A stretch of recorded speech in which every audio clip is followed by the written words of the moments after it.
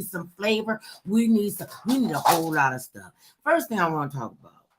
I follow the political stream and the craziness, like a lot of us do, because when you're not informed, you don't know what you're talking about. You gotta watch this stuff, even the stuff that you don't like, that you don't want to watch, that you don't want to hear. I'm so sick of hearing about the 45th president. I don't know what to do. Every day is something else. Every day is some more scandal. The special prosecutor Jack Smith said, we done found 32 other charges we could charge him with, and people will still support him. I mean, it's just mind-boggling to me that people are still willing to support, this craziness. Okay, I don't know if you all remember this, but a while back, they had brought these people up on charges for trying to kidnap, torture, and assassinate the governor of Michigan. And okay, so a bunch of them went on trial. 9 people were convicted. The last of those people who were involved in that plot to harm the governor. I mean, a sitting governor. I mean, really, you threatening the governors, judges. You got these people so riled up. Well, and to me, we got to get riled up. They just acquitted there were 4 people left on trial. 2 of them got acquitted. Like they didn't have anything to do with it. It was that was not my job. I didn't do. They got acquitted. 2 people were. They're gonna have to. It was declared a mistrial, so they're going to have to do this all over again. The only way, and listen, people, hear me clear. Hear me clearly. Those of you who are following us on Facebook, on X, or Instagram, on YouTube TV, listen really, really carefully, and especially our young people. If you're 18 and over, make sure you exercise your constitutional democratic right to go and register to vote so that your voice can be heard. We cannot go with this. Oh, they're not gonna pay any attention to me. Oh, my one vote don't count. Okay, if you got 100 and you got 100 and I got 101. Now let's flip that. I got 100 and you got 101. You still have more than I do. And that's one more. And that's what we need, to have one more and one more and one more. And we have to walk in this walk. We have to be able to stand up for what we believe in. I mean, UAW just went on strike because the big 3 car maker want to just really outrule their jobs, make them obsolete. And I think it's because they don't want to pay the pensions. People that have been working in the auto industry for years, and they're supposed to have. I remember when one of my aunts and my uncle, they worked for the car dealers we had Chrysler in Ohio, and they get a good pension when they left the job. I think that I mean, the people in power don't want to share with the people that keep them in power, and that's the part I don't understand. Why would you keep putting somebody in office who gives a flying rat's behind about you? They don't care about whether you got food on the table, you got a roof over your head, your baby sick, your husband sick, your daughter sick, your mama sick, your wife sick, and you can't get to the doctor. You can't even get qualified health care because you don't have enough. You don't have enough. And they put the worst of our communities that are hit with people just wanting to just stay in power for what? You're supposed to, if you're in power, you're supposed to be there to guide and lead and direct. You're not supposed to just get in there and you got the power. And I'm not going to be concerned about my constituents. This woman's life was at stake. People were sitting up plotting to kill a sitting governor. You got this cat out here threatening the judges. I don't like her. They don't like me. And if they don't like me, they must be against me. Listen, sweetie pie, I take that back. You don't get to be sweetie pie with me because you are a low down, dirty dog like all the people you in your dirty dog administration. And now you think they talk, well, we didn't do anything wrong. I didn't do anything wrong. Yes, you did.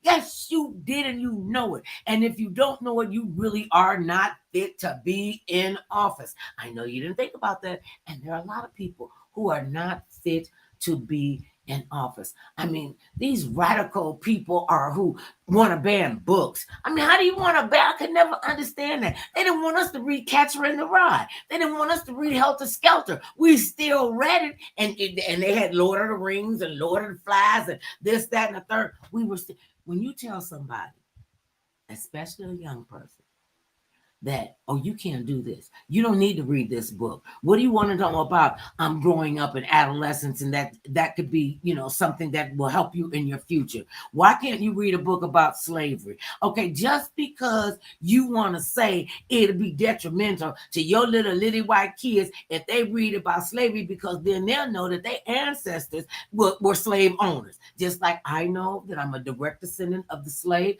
Your kids and your grandkids will know that your ancestors are direct descendants of slave owners. And let's make this clear.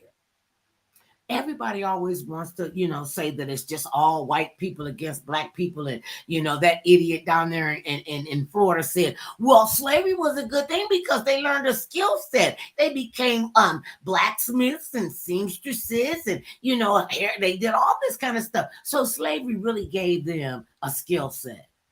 I don't know, and I don't advocate violence, but sometimes when you get out of order, some folk need to have their natural behind whipped. Remember when you were growing up, and I'm talking to the boomers and the people who are adults and grandparents and parents. When we were growing up, they might let you get away with a few things, but you knew what the parameters were. There were rules and regulations. Certain things you simply did not do. You don't go out in public and discuss your parents and your household goings on, because long before Vegas came up with it, our parents and grandparents said, what happens in here stays in here. If it gets out there, I know one of you all told it, because I knew I told you don't say anything. They didn't discuss those kinds of things. They didn't even want to discuss being descendants of slaves. I told you this before. My great grandmother, God rest her soul, she was the first person in her family, in that lineage. She was the first person that was born not indentured. Well, she was indentured because she did, what they call menial work. I never thought being a maid or a housekeeper or a cook and you doing it for somebody, how could that possibly be menial? You got control over this entire household. You say how the beds get made. You say what food they eat, what they drink. You're the one that's sitting there nursing their babies at your bosom. So I never could understand why people thought that was demeaning. Listen, these babies, these suckers are life-saving mechanisms. It's a reason why we have breast women to bring forth life and allow that life to be healthy by nursing from us. They didn't want to mess up their wives and kids. They went, okay, no, you gonna free my kids that I done raped you and whatever. And these are kids, but I'm not gonna say that they're my kids. But since you have them, then you can nurse your babies, and then you could first nurse my babies, and then you can nurse your babies. So this has been going on for the duration. People didn't understand, and I was one of them.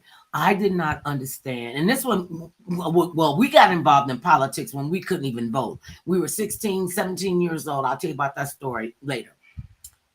We go to Africa, and I would ask, first, all of us who are descendants, all of us who are people who are darker than blue, all of us melanin enhanced human beings, take a pilgrimage. Go to Africa. It will fill so many gaps in your life and so many gaps in your history. When we went to Africa, I went there with lovely mother love. I was having a good time doing my thing, wearing my big girl things. And we get over there, and I get off the plane, and I knew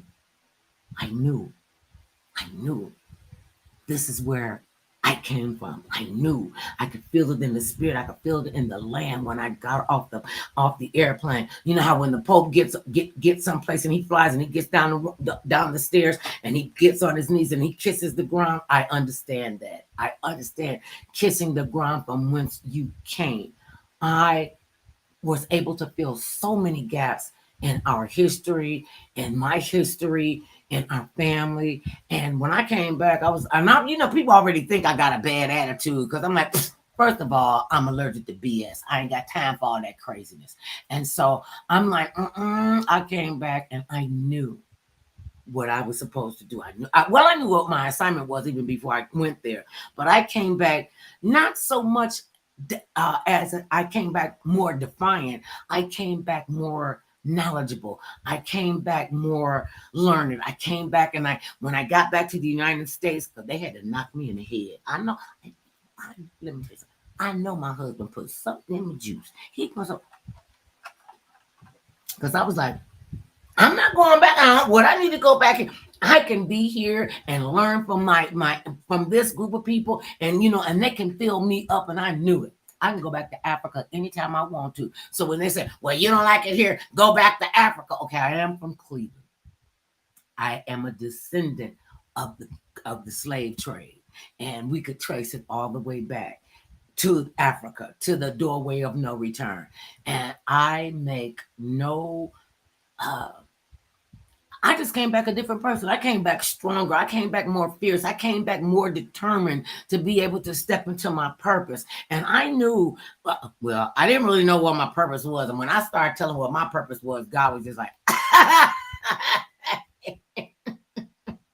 you my baby. You know how stupid you sound? And we do sound stupid to God sometimes.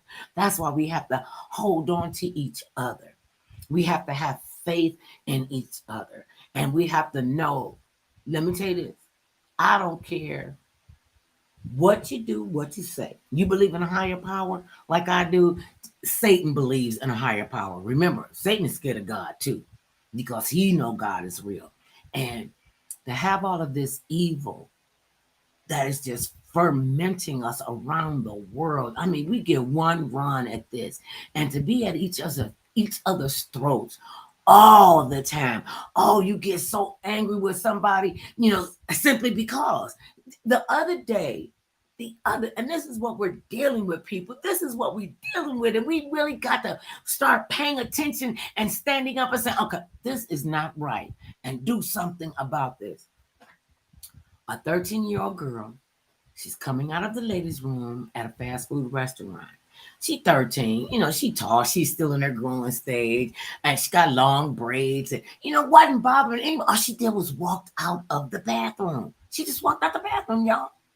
This big giant, this is a little black girl. See, and I hate to, but we have to understand, that there are so many people still on this planet and in this century, in the 21st century, who hate me simply because I look like this. Period. They don't know me from Eve. And this little girl coming out the bathroom, this big chunky white woman snatches this child by her hair, knocks her down, jumps on her, and just beats her repeatedly. I mean, she getting beat by an adult for nothing. And everybody standing around like that. And where is it? I don't know where it is, but everybody standing around like that. Everybody taking pictures. Everybody videotaping. Oh, they got a whole, almost a circle around this woman beating up a child, and nobody called the manager. Nobody said stop. Nobody said, nobody ran to her rescue. I mean, this woman has beaten this child down on the ground. And another guy came. I don't know if he was in the restaurant and heard the commotion, or he can't. I didn't see him come in the door, but there was another guy, a grown man, came around and pulled this adult, heavy mounded woman off of this child. He was the only one. Where was the manager? And what kind of responsibility do they have in not keeping their restaurant safe for people to come in? This child did nothing. Look at it. It's horrible. It is just absolutely appalling. We are not attacked. Well, they've been attacking children. One of what they call them, the Karens. One of the one for and this is not. I hate that they use that name. They could have picked anybody, because I know a lot of people named Karen. Well, not a lot, but I have at least 4 or 5 wonderful Karens in my life, and I love them dearly. They're musicians. One of my friends is a doctor. She's another one is a pediatric.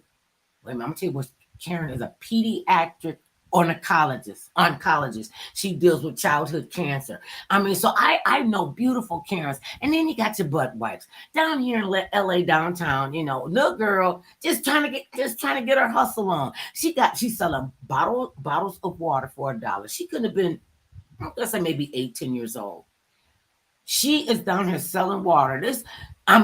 She knew she was wrong. She comes around. She's, I want you to know, I'm calling to report an unauthorized vendor down here selling water without a license. Oh, I don't know how old she is, and actually called the police on a child, trying to sell water. Another they called her Karen. Young black guy, I don't know why people think we can't have hobbies that they don't think that we have, like bird watching, butterflies, flowers. We can't be botanists or anything like that. No, I know we either got to play sports, or play music. I can't carry a tune in a push cart. And let me tell you, this is my sport. When you see me running, because I will run, if I'm running to and from the bathroom, to and from my car. I have that's not my ilk. So anyway, dude is out here watching the birds in the morning.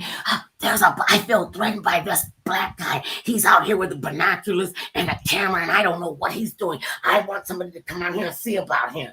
So you want to waste good resources, police resources. So that's taking away from somebody that would have a real emergency because you just decided that you was going to show you're stupid that day.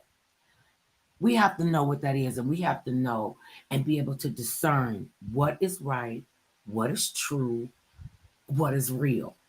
For these men and women, whoever they were, who were conspiring, it was a homegrown terrorist. And I know we don't want to say we got homegrown terrorists, and I bring up Timothy McVeigh, John Malvoy, these people who have committed crimes against other American citizens. I mean, you just gonna bomb a federal building because you're angry?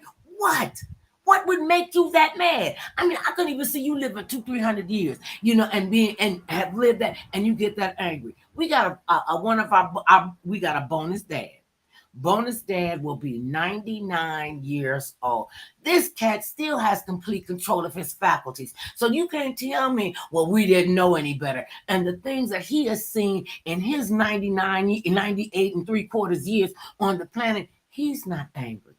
He grew up during Jim Crow. He was down south during Jim Crow, and he learned not to be bitter. He did, and he's got a beautiful spirit. And I love you, Dad. So why are you so angry? Like that kid that got a gun. They let him buy a gun, and he came across state lines and was in a city and shot and killed two people and maimed another one. What's the guy's name? I'm call it Mother Love. Rittenhouse. I think that's it. Written there in the rear. But you know who I'm talking about. This guy crossed state lines with a weapon, an assault weapon, and slaughtered two people that he did not know. And another guy he maimed because he doesn't have any use of one of his limbs, one of his arms. And he got up. He walked away. He tried to squeeze up a cry, and nobody said anything about the tapestry of justice. And we sat there and watched that judge and that defense attorney, and they did everything they could. That judge did everything he could to instruct the jury. Okay, don't find him guilty. He's just a boy. Don't ruin his life like that. Really? So it was all right for you to be a killer, and you come out and you take away somebody's life, for no particular reason. What are you that? And what is he, 21? Man, I got shoes older than him. And why are you that angry? That's what we need to get to. Why do people feel like, you want to walk and protest against black people, against women, against gay people? You want to be all up with somebody's Kool-Aid because you don't think she can make a decision about her own life. So you men have to go out here and tell them, well, I can tell you what to do because I know better about what you need in your life than you know about yourself. See, and I always said, I don't understand how more women, whether you're coming to your childbearing years which is 12. Most young girls start their menses when they're about 12, 13 years old. And that's when they tell you, when you start have your menses, this is letting you know that your body is preparing to have a baby. You don't get pregnant, you're not having sex, you don't get pregnant. All of that blood is going to be expelled from you. And it comes back every 28 days. Some of it 21, some of them 30, but it's a cyclical thing. And you want to tell me, you want to tell my sister, you want me to tell my granddaughter, you want me to tell my nieces that you are too stupid to make a decision about your body. We were 12 well, actually, we were younger than that because our mother prepared us for what was going to happen. So when our menses started, we weren't like shocked and, screaming up and down. Oh, well, I did. I was shocked. I was screaming, oh, what a be, no, oh, what a be a woman. Oh, it hurt. Oh, what it is. It's terrible. I just don't want to get me. Stop it. That's the natural order of business. You being a female. This is how it goes. This is gonna happen. You be worried when your period. Oh, let me tell. I got one joke. I'm gonna tell you my joke. I only got three. This one is funny. So the little kids is coming back from school over the summer break, and the teacher says, "Okay, we're gonna say they're like in third or fourth grade." So the teacher says, "Okay, who wants to tell us about their summer? What did they do?"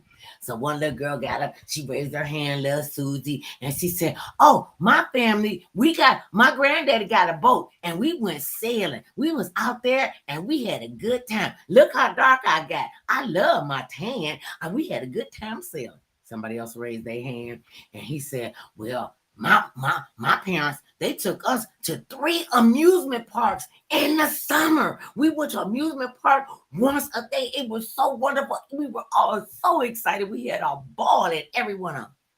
So, little Johnny, he's like, "Okay, I'm gonna tell you."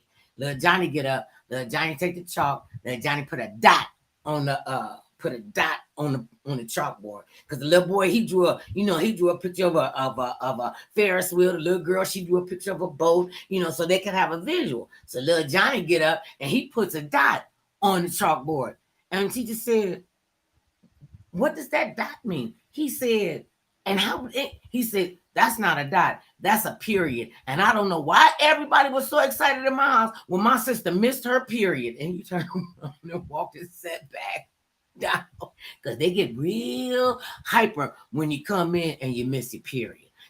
Most of us will go, "Oh my God, I hate this, I hate this, I hate this." And then when cause sometimes, this is just, biologically speaking, something could go off and maybe you are a few days late. Then you're like, "Oh my God, you're panicking." So that's why it's important to know your body, know who you are, what you stand for, and whose foundation you are standing on. Because we got to look out for one another, and you can't, my uncle, I love him dear. He's still on the planet. Uh, he's a few years older than I am. And one of the things that he taught me is he said, "Let me tell you something. This is not selfish under any circumstances." He said, "Self-preservation is the first law of nature." Self-preservation is the first law of nature. If I don't take care of me, there is absolutely no way I can take care of you. I can't do it. I mean, that's what they tell. Wait a minute, I'm trying to fix this. I look crazy. I know. It's getting on my nerve. Okay. Because everything is backwards when you're looking on the camera. Well, anyway, but just like when you get on an airplane and they give you the instructions about, don't take, when your mask comes down, put the mask on you first, and then you give aid to somebody else. Because if I can't breathe, there's no way I can help you breathe. So we have to take care of ourselves. Be mindful. Just be mindful of the people that you have around you. Be strong enough to say, and oftentimes, and this is not a good thing, oftentimes there are people that are close to you.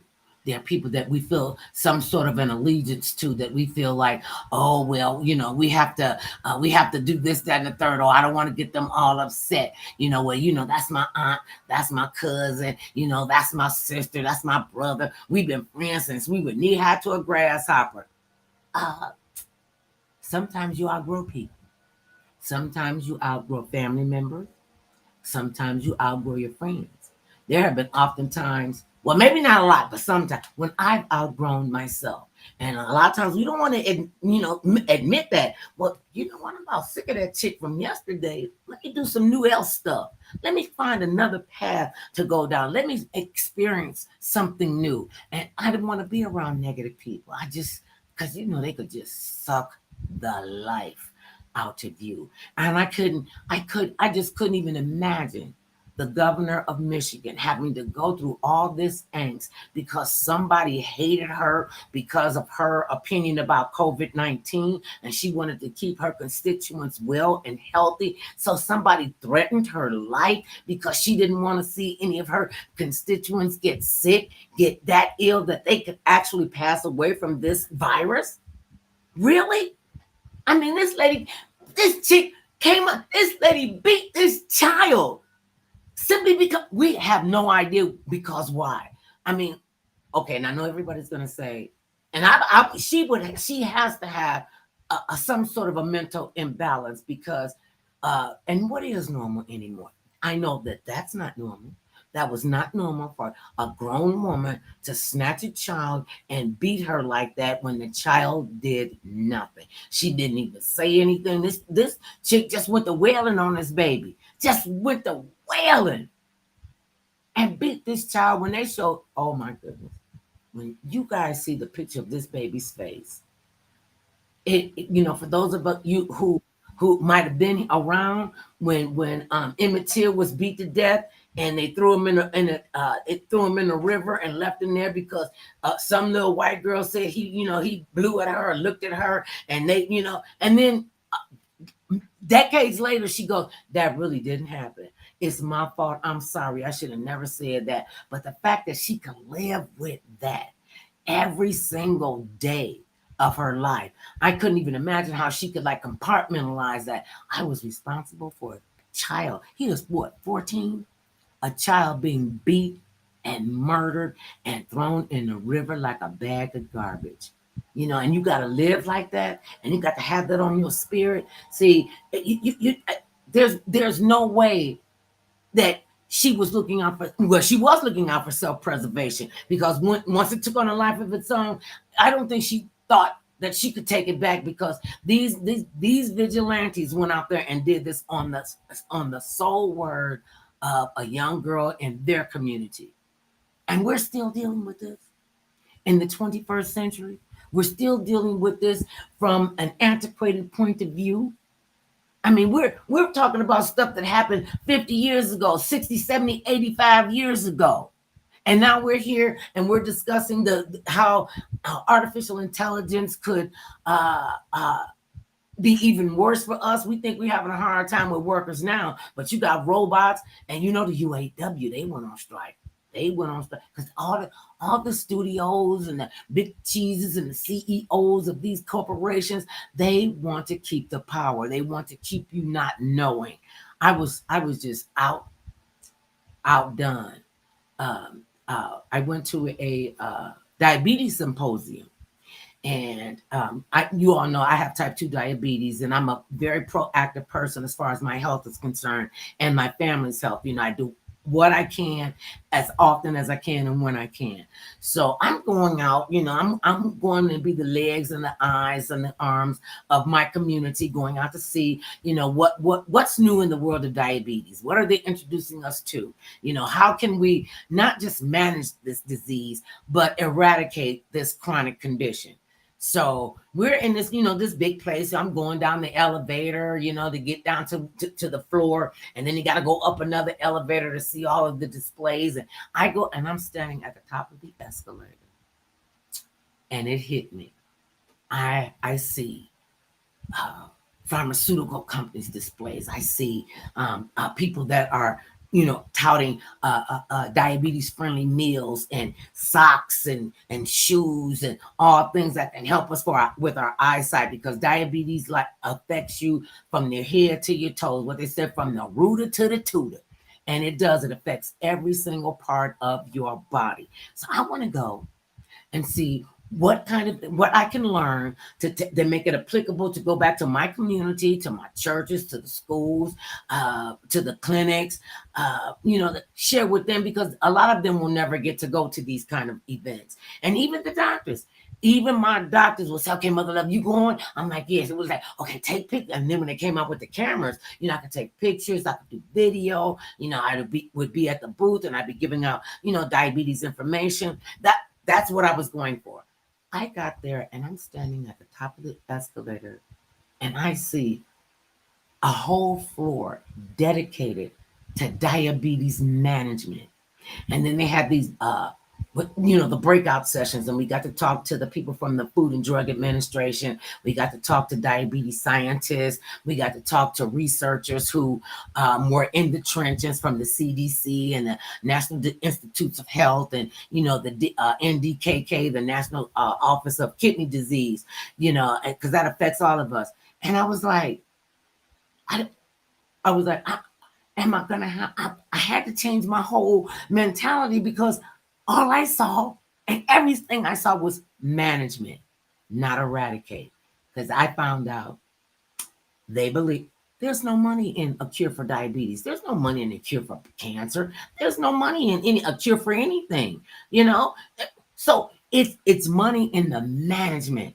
Diabetes is a 300. It's probably more than that now, because more younger people are being diagnosed with a type 2 diabetes. They used to call it, that was for adults. It used to be adult onset diabetes, and it was juvenile diabetes. Well, it's still juvenile diabetes, but what they call it now is type 1 diabetes for the youngsters, and type 2 diabetes with people like myself. Then they're saying it's a type 3 diabetes. That's what, can I just make sure we dispel this myth right now? There's no such thing as I almost have sugar. You either have it or you don't. Or you could be standing at the threshold, and you could be pre-diabetic, and they can give you, the doctors and the clinicians and the nutritionists and the psychologists, they can give you steps so that you don't push up this close, right this close to diabetes, and they're saying, well, you have the markers to develop diabetes. So here's some steps that you can take to stave this off. And there are steps that we can take, because if you're not well, if you're not in a good place, and if your spirit is not right, you're going to be hard pressed to try to work to help another human being, because remember, self-preservation is the first law of nature. So learn to preserve yourself. You don't have to be, all dog and selfish with it, because we see what that does. Look at this, look at the political arena. And this affects all of us. You got to think about this. The governor of Michigan was threatened. Her life was threatened. Her safety was threatened by people in her own community. We all kept saying, oh, that's black on white crime, white on, black crime. The white police is doing this, that, and the third to the black community. The governor, I don't know if it made any sense, because they're not, obviously they're not being attentive about somebody's nationality and ethnic makeup. I mean, because what reason would a grown woman have to pull a 13-year-old that's walking out the bathroom, throw her on the ground, and beat her like that? Beat that child to a pulp. That's going. You know what? No, it's a situation and an ordeal that hopefully she will learn to deal with it and find a proper place to put that memory, and that it doesn't bog her down, and that she gets frightened of people. I mean, because you think of 13, we are so impressionable, and we believe, and we're starting to believe. And then we also start to question, do they really know what they're talking about? I mean, really? I mean, I didn't think my mother knew anything about, sex or anything like that. I'm like, what you know about being in love? You got 6 kids. You was married to our daddy till he died. What? You don't know anything. 5 years later, I woke up. The woman was a genius. And that's how it goes. This child could be traumatized, and I just, Lord, please please keep protection around her and her family and everybody who is subjected to the horrors of somebody else's thoughts, simply because they think they can do it, so they should do it. Well, I could beat this child. I couldn't even imagine what was going through that woman's head that she would do that. I couldn't imagine what that little girl is going through. I don't give it a lot of real estate in your brain. Don't let that woman and the horrific thing she did allow your spirit to be squashed. Don't let her put your life under a bushel because she did something stupid when she was parked on ignorant, paused on dumb, and she just was stuck on stupid.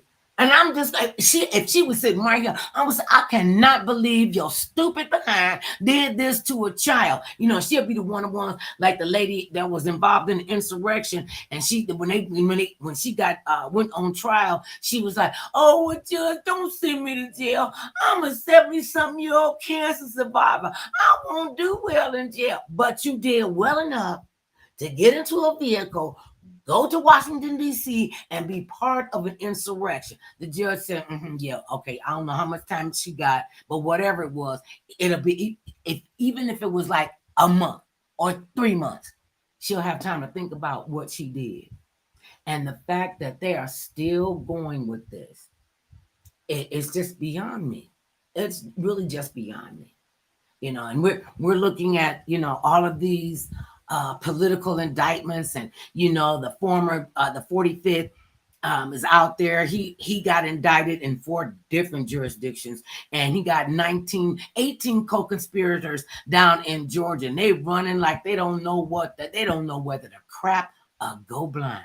Oh, I don't want to be charged with them. Can my trial be separated? I don't want to be up under a RICO case. Okay, when the attorneys, these trained professionals, just for the sake of the conversation, Sidney Powell, this is an attorney.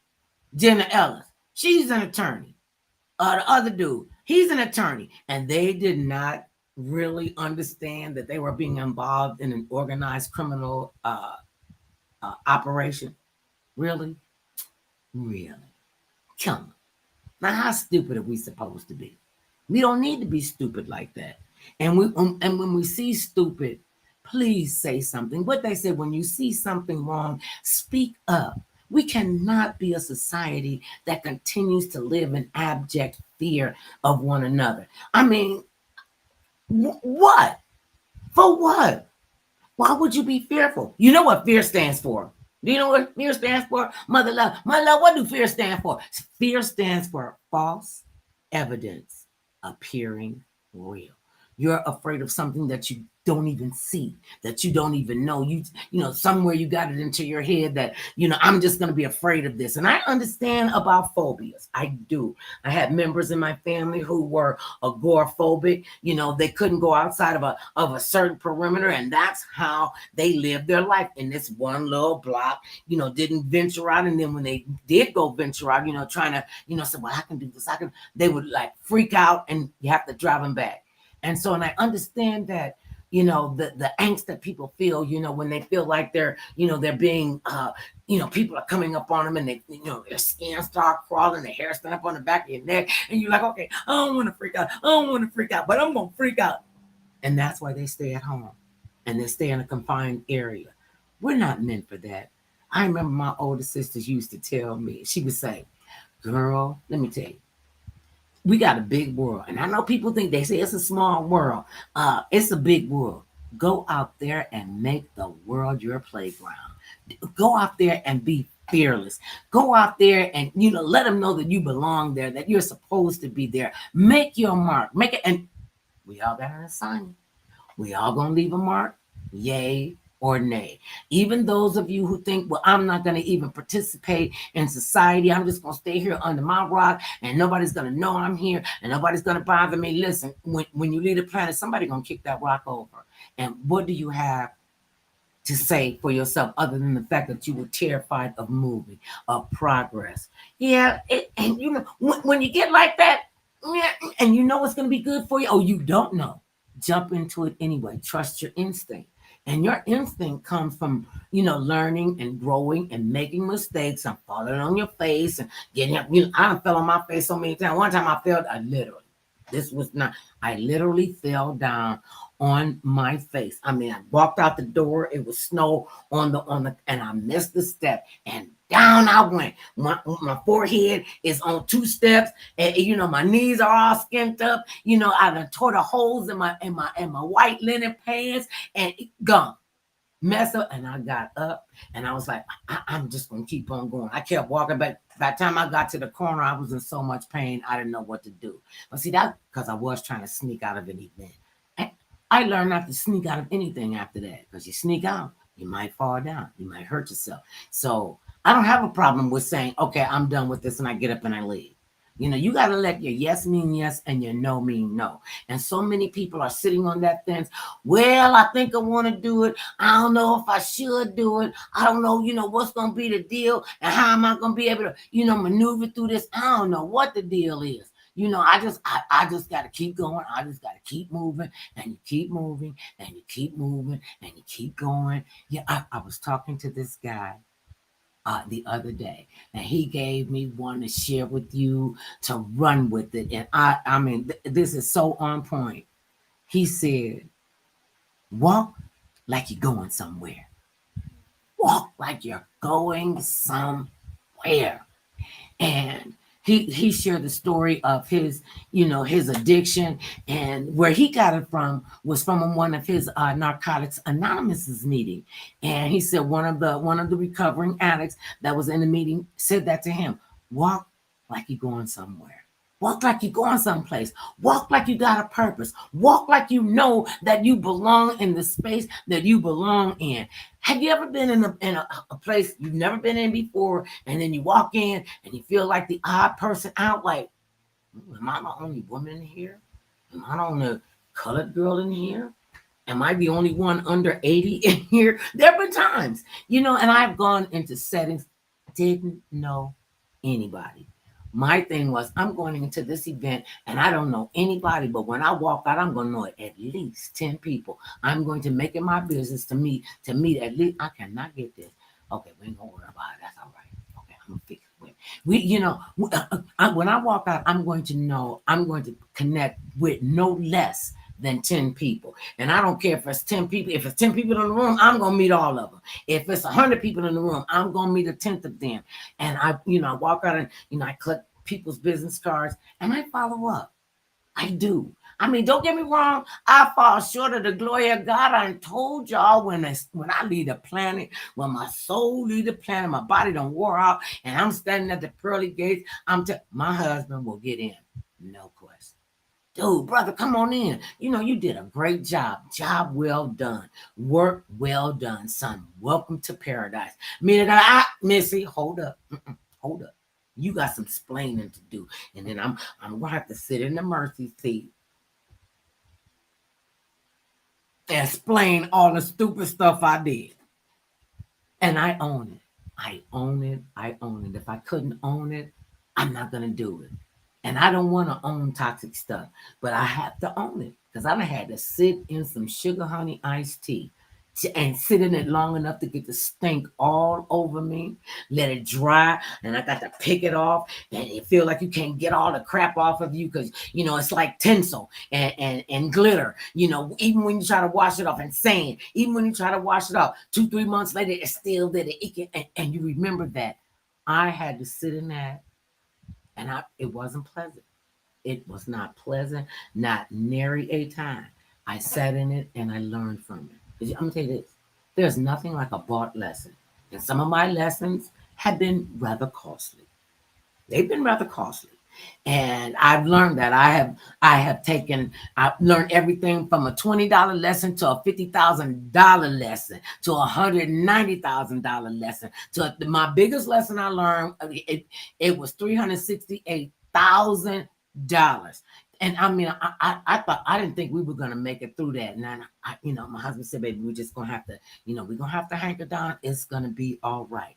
And it became all right. And that giant 2-ton anvil was off the back of my shoulders, on my shoulders. My head was out of the gears, out the guillotine. So I bit my lip. My tongue was out, and it was. I mean, I probably cried for a month after that, and thank God every single day that He saw fit to take that burden off of us, and because that was something, and simply because I believed in somebody, and I to this day I still believe in them, and I believe that they're gonna do great things in life. And it's still painful. It is, when I think about it, I don't think about the weight of it. I think about what we all lost. And I said, well, okay, I'm not gonna sit in that because that'll take up too much real estate in my brain. And I ain't got but 8 brain cells left anyway. So I got to spread my brain cell usage out. And sometimes you think you get into a place and you're like, how did I even get to here? I bet you our Governor Whitmer was like, how in the heck did I get into a place where people want to take my life because I want to keep my state healthy? I want to do the right thing. I want to make sure we're all right. And then when I got to take a breath. Because I can feel it coming up in me. Seeing you all seeing me on Facebook and YouTube TV and X and Instagram. See, y'all getting the real deal. You get, except for hair and makeup, I leave my hair on the door now. That's the one thing I never had a filter for that. Never, and I don't have a poker face. I don't. That's why I don't gamble. They take all my money because I'm like, oh, they're like, no, you gotta have a poker face. I'm not gonna do it. And I'm not I take that back. I probably could be a really, really good liar. I probably could. But you listen to the people in your head and you can rationale stupid, but and then I go, well, I could do this and so and such and such. Now, who's gonna know? Somebody's gonna know when you got stuck on stupid, paused on ignorant, parked on dumb. They're gonna know. So be honest with yourself. What does the commercial say? The biggest lie you can tell is the lies you tell to yourself. Uh, and those are the biggest lies. And you talk yourself, I could smoke. Oh, I'm not gonna get, any kind of cancer. I could smoke. My grandmother and they smoke. My great grandmother, she not only smoked cigarettes, she smoked cigarettes with no filter. She chewed days worth chewing tobacco, and she dipped Garrett snuff. And she had a spittoon, and she be way over here, and the spittoon be over by the door, and she could literally and you could see a whole big thing of brown spit going on, and it didn't hit until it got into the spittoon. And she always smelled like a dirty ashtray. And come over here and get grandma some sugar. I'm like, you smell fine. And I took up smoking for a really stupid reason. It was stupid. It was stupid. My parents smoked. None of us kids smoked. My grandparents, they smoked. My great grandparents, they smoked, dip snuff, smoked tobacco and chewed tobacco and all this other kind of stuff. My grandmother, she died when I was 17. And every year in November, when her birthday came around, Grandma, how old are you this year? I'm 88 years old. Now, she was 88 my entire life. She probably could have been, 200 years old. We just don't know. She was very well preserved. My grandmother, my mother, none of them. My grandmother, my great grandmother might have had, maybe this many indentations from, because she was a silly little thing. She was about big as this telephone, and she wanted to wear black all the time and those funny shoes. And I did keep a pair of those lace-up shoes that the older women wear with the little pump on them. Then they came back. Now I can't find them. I don't know where they are. Anyway, they didn't have wrinkles. They didn't use all this cream and stuff. They used soap and water and Vaseline. And they took really good care of themselves. And so as things went along, we got sicker and sicker. More of us got diagnosed with diabetes, heart disease, all kind of maladies. We didn't talk about having mental illness. You just say, no, you can't be mentally ill. What does that mean? That means your brain is not working. You're not firing on all cylinders. Something is going on with your neurotransmitters. Just pay attention. You don't tell me. Don't be bringing your nail behind here trying to tell us what to do. We're going to do whatsoever we want to. I'm like, okay, but whatsoever you want to, you might pay for it later when you didn't need to, i.e. your health. Because when we're not well, we can't help anybody else. And when I say when we're not well mentally, when we're not well physically, emotionally, financially, And having us being able to be in a safe place. I never, ever, ever would have thought we would have had this many people. They call it out here. They're calling them the unhoused now. These are homeless people. I don't care how pretty you try to dress that up. These people do not have a stable foundation. Some places go, I can't get to go lay their heads, be able to go to the bathroom, some place to be in peace. And I know, we've done a lot of work and we continue to do a lot of work with people who are homeless. We work with the shelters, and the pandemic just really crushed a lot of people because we couldn't donate anything to the Salvation Army or the Goodwill. One of the things that would just crushed me, I cook all the time. I cook at least 2 meals, breakfast and dinner, or brunch and dinner. We don't eat past, well, we try not to eat past 6:30. And I come from a big family. And so, it's kind of hard when you come from a big family and you're used to cooking for, a lot of people. That was a huge transition for me to try to, I had to work to learn. I didn't try it. I got it done. Haven't mastered it. Have not mastered it. To cook for just the two of us. So I had to give me a food plan. Okay. So what I do is I cook Sunday dinner, and I have nice leftovers. Well, I don't call them leftovers. I call them revisited meals. And so I'll cook on Sunday, and that'll be enough for 2 meals that Sunday. Then I'll cook a meal on Monday, and then on Tuesday I'll have the rest of the meal from Sunday, and then on Wednesday I have the rest of the meal from Monday. So okay, so and I can fix it up, and my husband, he's like really cool with that. He is not. He's a picky eater, but he's really not a picky eater. I take that back. He's a picky eater. He's not an adventurous eater. I'll try stuff, just to see what it tastes like. I didn't know I wouldn't like jackfruit. Jackfruit, I think you can't tell me God don't have a sense of humor. You all seen them big pieces of jackfruit in the grocery store. Don't buy one, because when you cut it, it's like big, huge, it's bigger than a watermelon. You cut it down and you're gonna have this much jackfruit. I'm from this big of a big jackfruit thing.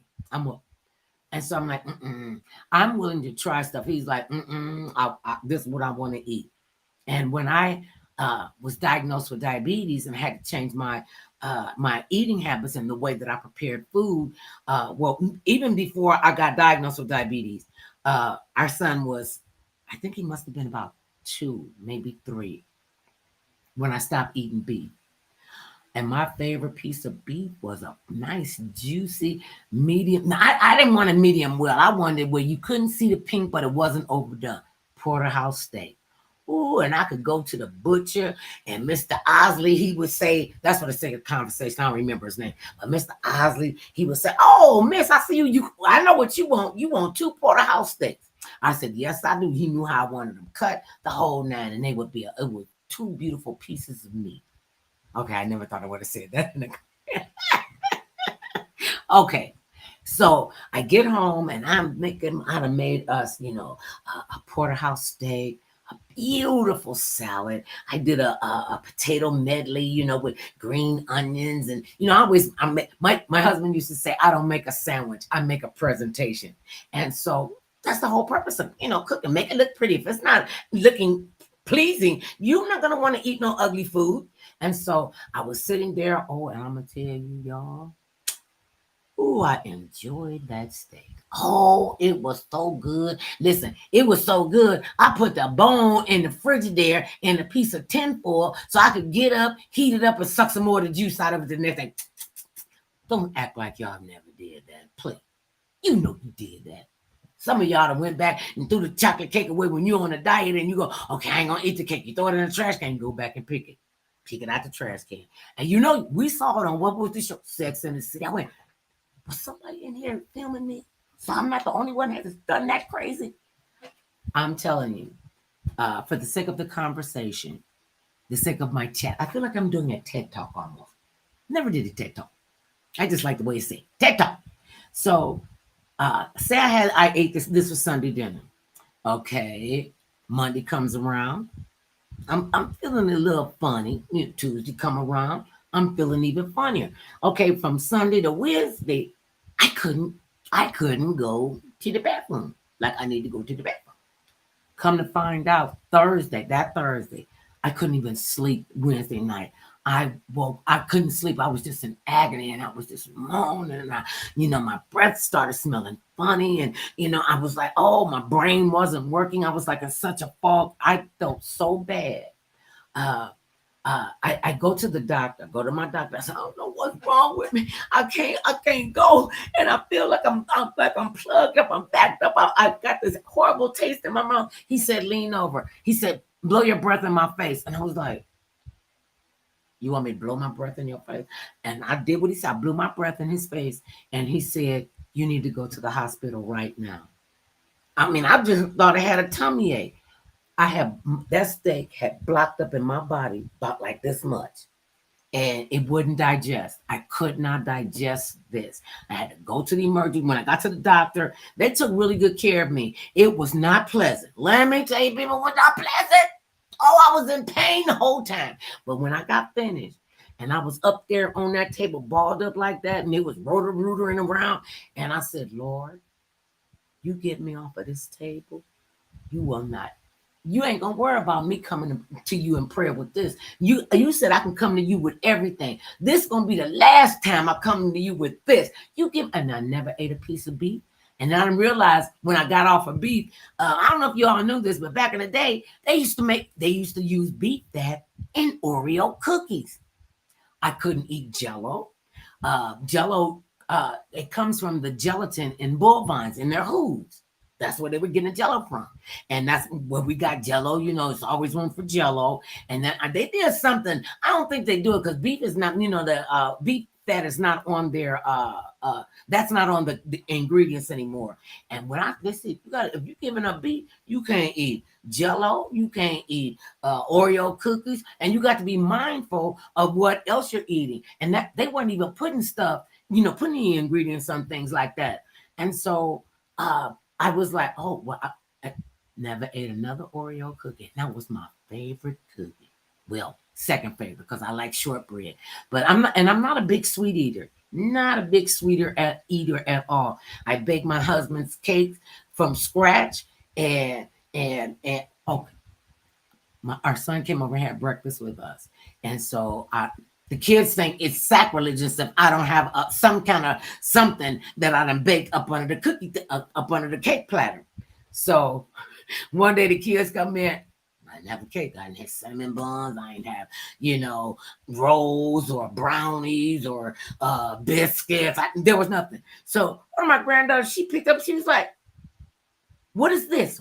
What is wrong with you? I said, what you mean, babe? What's wrong with me? Change that tone. She was trying to get salty with me because she goes, Ow, there's no cake. Is the buns in the refrigerator? I'm like, I didn't make anything. She looked at me like, you done lost what's left of your mind, woman. This is what we come for, that cake. So I made him a cake and sent it to him today. Because that's the kind of hour I am. That's the kind of wife I am. And my husband, if it's there, he will eat it. This is the cat that, how you eat cornbread with your greens and stuff. And he doing the greens and everything. And he'll put all his food, he'll put his food on the plate and he'll slice a piece of cake and eat with his food. Isn't that weird? I told you, he is a picky eater. Who eats cake with their dinner? Who eats cake? That's what the cornbread is for. Then one time I told, some people just really need to learn to stand their lane. And I tell this to my husband all the time. This is my kitchen. I am the ruler here. You don't come in here. You want to change stuff around, move my pots and pans. They need to be like this. You got get out my kitchen, black man. Period. I don't come and tell you how to fix a car or doing all the stuff that you do because I don't want. That's not my department. I stay in my lane. He asked me one day, could I make a cake without sugar? I just started laughing because I'm like, cake without sugar is called cornbread. And they put sugar in the cornbread sometimes. So just stay in your lane, people. Do what you need to do. Pay attention to what's going in your life. Understand that you got to be your first priority. You got to understand self-preservation is the first law of nature. Take care of yourselves, baby. Know that I love you and there's not a darn thing that you could do about this mother loving you. Matter of fact, why don't you share me, follow me on Facebook and on YouTube TV and Twitter, did a two fro and Yan and Instagram. I'm on all the platforms. I'm here. So you can't say, well, love, I've been looking for you, but I can't find you. I'm right here, babies. I love you.